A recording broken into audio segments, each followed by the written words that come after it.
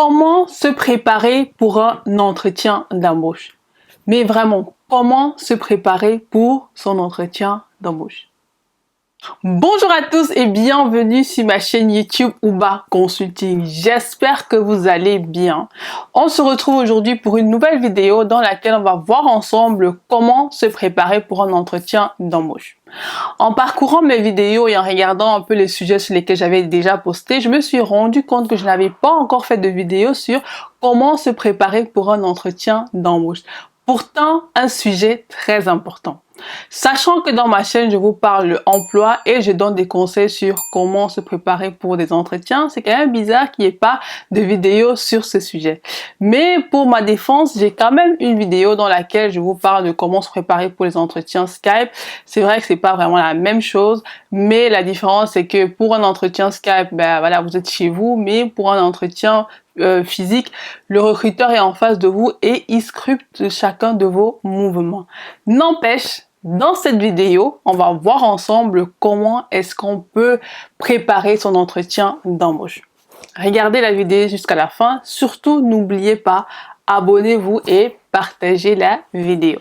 Alors, pour vous faire une vidéo de qualité, oui, parce que moi j'y tiens, j'ai fait des recherches, j'ai regardé des vidéos, j'ai lu des articles sur Internet qui parlaient du sujet et avec mes expériences, j'ai été capable de vous donner ça. Comment donc se préparer pour un entretien d'embauche? Si vous avez regardé ma vidéo dans laquelle je vous parle de comment se préparer pour un entretien Skype, vous savez sûrement qu'il est très important de se préparer pour ces entretiens. Alors, se préparer comment? Notamment faire des recherches sur l'entreprise, préparer les questions qu'on va vous poser, préparer sa tenue, bien se reposer et si possible faire des simulations.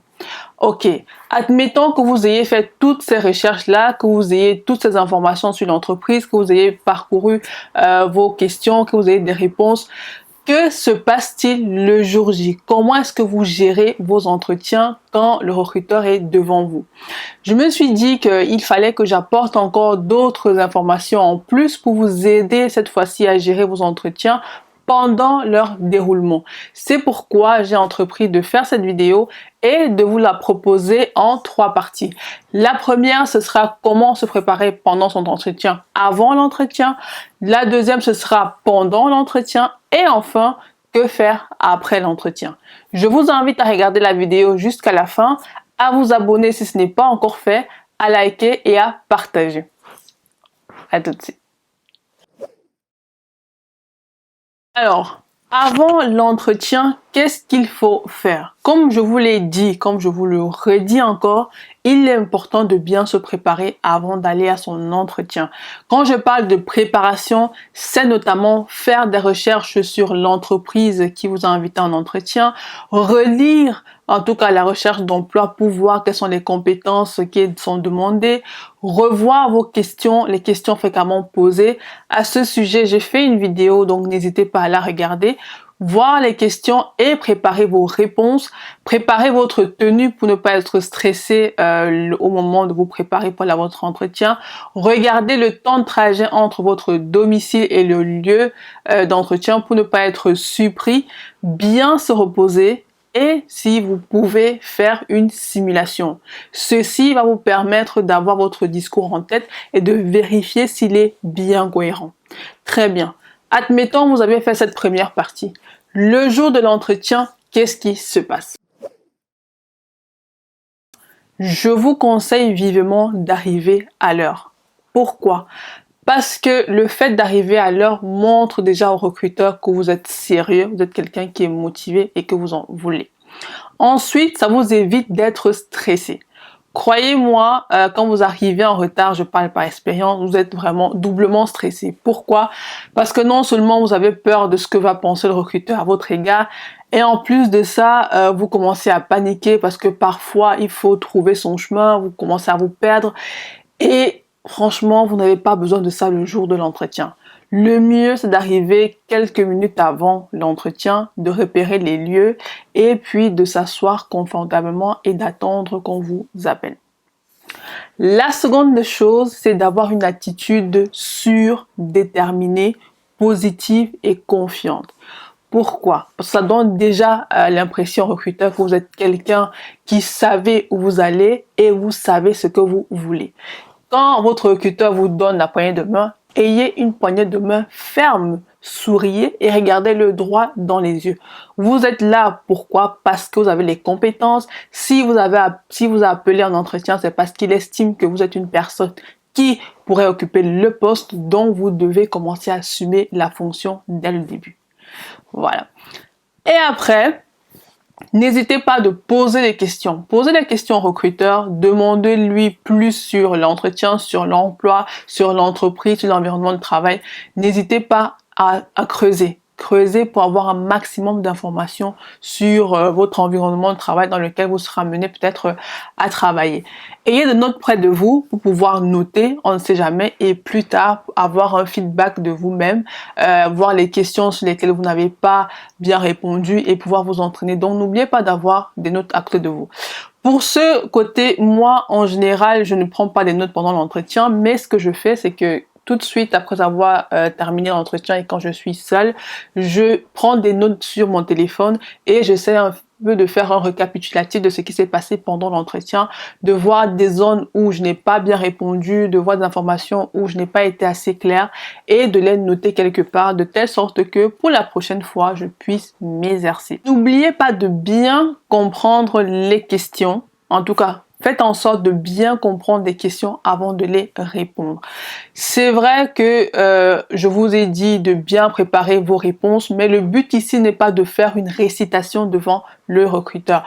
Le but est de paraître le plus naturel, le plus spontané et le plus à l'aise possible. Donc, s'il vous pose une question, essayez d'ajuster votre discours par rapport au contexte dans lequel vous êtes pendant l'entretien. Donc, ne faites pas juste un copier-coller des réponses que vous avez prévues, même si les réponses, même si les questions, tant pour moi, se ressemblent. Faites en sorte que votre discours soit un discours qui est travaillé, mais pas trop, qui soit quand même spontané, quelque part. Donc, faites cet effort-là et ajustez, si possible, changez, prenez votre temps et répondre. Ce que je trouve aussi important pour ma part, c'est de faire attention quand vous répondez à une question. Prenez quelques minutes ou quelques secondes et posez-vous la question, est-ce que la réponse que je suis sur le point de donner au recruteur va être bénéfique pour ma candidature? Est-ce que la réponse que je suis sur le point de donner va m'aider à continuer le processus de recrutement? Posez-vous cette question parce que parfois, c'est vrai qu'on dit qu'il faut être spontané, mais pas trop non plus. Pourquoi? Parce que vous pouvez donner une réponse qui vous met à mal et qui, aux yeux du recruteur, s'interroge un tout petit peu. Donc, ça peut laisser croire que votre discours à un moment donné n'est pas cohérent. Donc, essayez toujours d'avoir un fil conducteur et de bien penser avant de répondre aux questions, de telle sorte que les réponses, autant pour moi que vous donnez, vont dans le sens de vos réponses du début.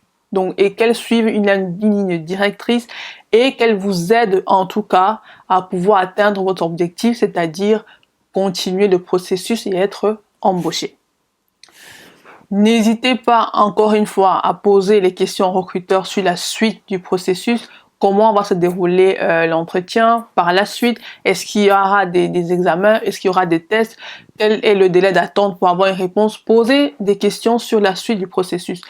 Et essayez autant que possible de vous contrôler, de contrôler votre stress.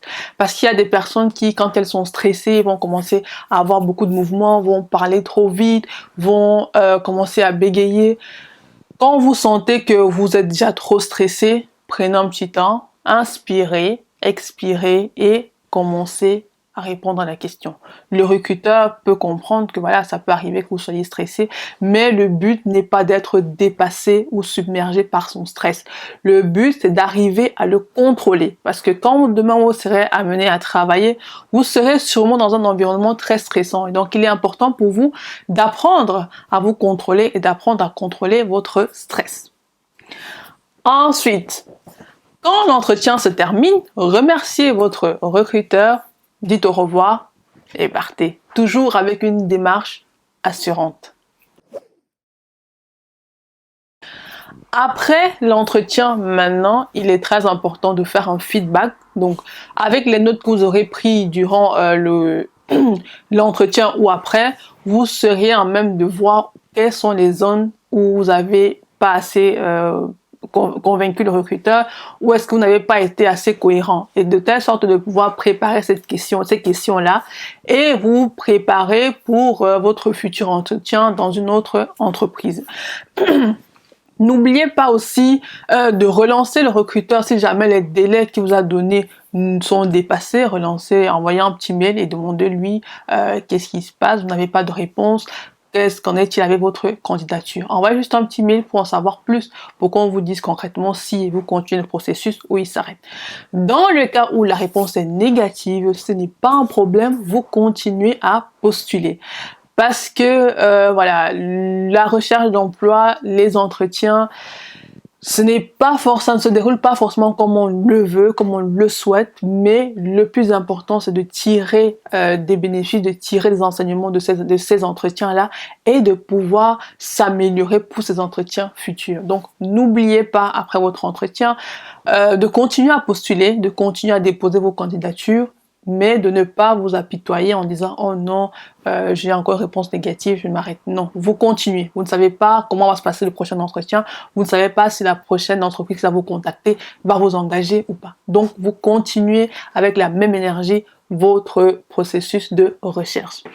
Voilà ce que je souhaitais partager avec vous. J'espère que cette vidéo vous a aidé et que là, vous êtes un peu plus assuré pour passer vos entretiens. Dites-moi en commentaire comment est-ce que vous vous préparez pour vos entretiens. Je suis bien curieuse de lire et peut-être ensemble, on peut aussi ajuster cette vidéo et ajuster les conseils. Merci d'avoir regardé la vidéo. On se retrouve dimanche prochain pour une nouvelle vidéo. D'ici là, portez-vous bien et n'oubliez pas, abonnez-vous, partagez la vidéo et likez. Surtout, activez les cloches de notification pour ne rien rater de mes publications. À très bientôt. Ciao.